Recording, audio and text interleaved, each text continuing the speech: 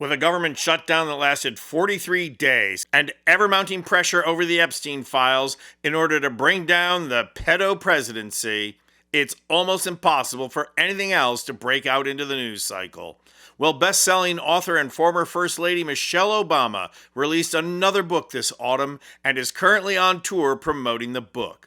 Well, that tour just produced a shocking announcement from the former First Lady that is going to set people's hair on fire, especially Democratic operatives and influencers. I'm going to show video of that highly political announcement, and you are definitely going to want to see it. But fair warning, take precautions now to keep your jaw from hitting the floor. Because yes, she said it all right. And it's not particularly surprising that Michelle Obama made a political announcement. As the first woman of color to serve as First Lady, Obama came under withering attack almost daily, and all of that criticism was based on race. Michelle Obama was criticized for encouraging kids to eat more vegetables. The criticism always had something to hide behind, but it was always based on the fact that she was a black woman. So no one should find it shocking that her latest book on fashion is also about cultural norms that codify race and gender. Unlike other First Ladies who claim they speak 5 languages and think they have taste but have no brains, Obama knows that fashion is not ideologically neutral. And in the interview, she did not hold back on how that works. Watch how she drops the hammer on style and race before she made her announcement. Let me explain something to white people. Our hair comes out of our head naturally in a curly pattern. So when we're straightening it to follow your beauty standards, we are trapped by the straightness. That's why so many of us can't swim and we run away from the water. People won't go to the gym because we're trying to keep our hair straight for y'all. It is exhausting and it's so expensive and it takes up so much time.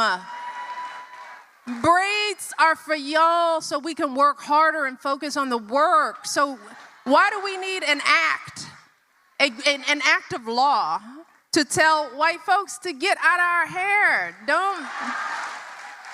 Don't tell me how to wear my hair. Don't wonder about it. Don't touch it. Just don't. You just have to pause here for a second and reflect on what is almost a throwaway line here from Michelle Obama, but you can tell what she's talking about happened over and over again. This woman was the First Lady of the United States. She brought brains and commitment to several social issues and acted independently to see goals achieved in what she cared about. And despite all this, you can tell from her comments that when she was out in public, people asked to touch her hair. And I'll bet a couple of people didn't even ask. So nobody has to school Michelle Obama on either race, gender, or politics. She lives them all, and frankly, she's pretty fed up with all of them as well. So when the conversation turned to presidential politics, that impatience came to the fore and led to this shocking announcement. Watch. How do you feel about the fact that the First Lady is an archetype for wifedom and femininity? Yeah, I don't agree with that. Don't agree with that. It's it is a completely throwback on. It's a definition that has no current status in how women actually show up in the world today. Do you think that impacts the room that we've made for a woman to be president? Well, as we saw in this past election, sadly, we ain't ready. That's why I'm like, don't even look at me about running, because you all are lying. You're not ready for a woman. You are not. So don't waste my time. You know, we got a lot of growing up to do. And there's still, sadly, a lot of men who do not feel like they can be led by a woman, and we saw it. What was the question? I just said, we don't need to ask it again. You answered it.